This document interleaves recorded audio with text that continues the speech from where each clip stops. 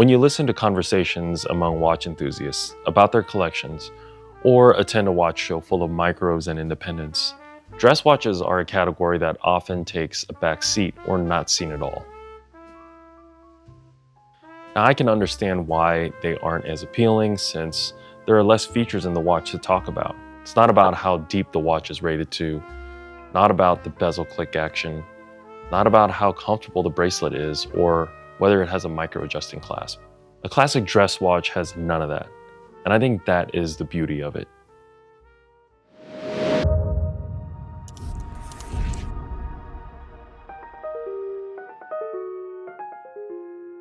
Unlike tool watches, a dress watch really boils down to the beauty in the design. It's less about skimming down a list of specs and more about the romance of putting on a classic wristwatch and remembering where it came from. There's a time and place for tool watches, but the same can be said for a classic dress watch. Think young Robert Redford and less James Bond. The first Ellum watch for Jack Mason dates back to 2019 when we created a design brief to develop a slim men's dress watch that was inspired by the 50s and 60s era.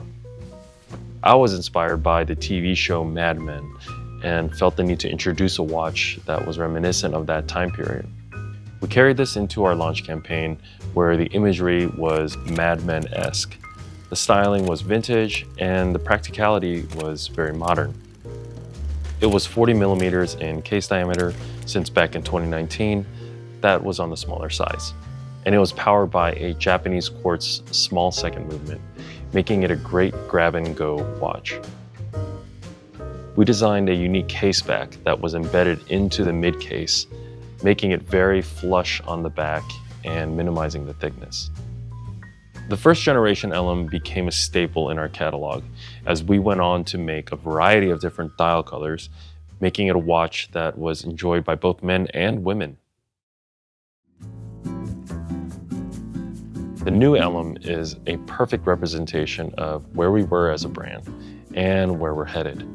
Back in 2019, we still had primarily quartz movements in the catalog and were catering to a wider demographic where watch buying was more of a temporary stylistic choice.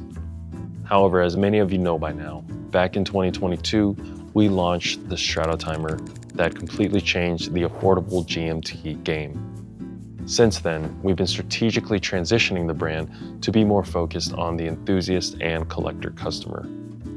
So for our next big product release, we took a look back at what the perfect watch would be to make another statement in displaying great product design and to add another building block on our path to being a premier American watch brand.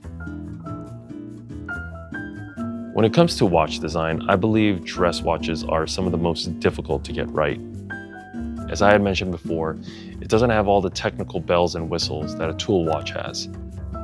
A great dress watch really boils down to the nitty-gritty details and getting each component, texture, and proportions just right.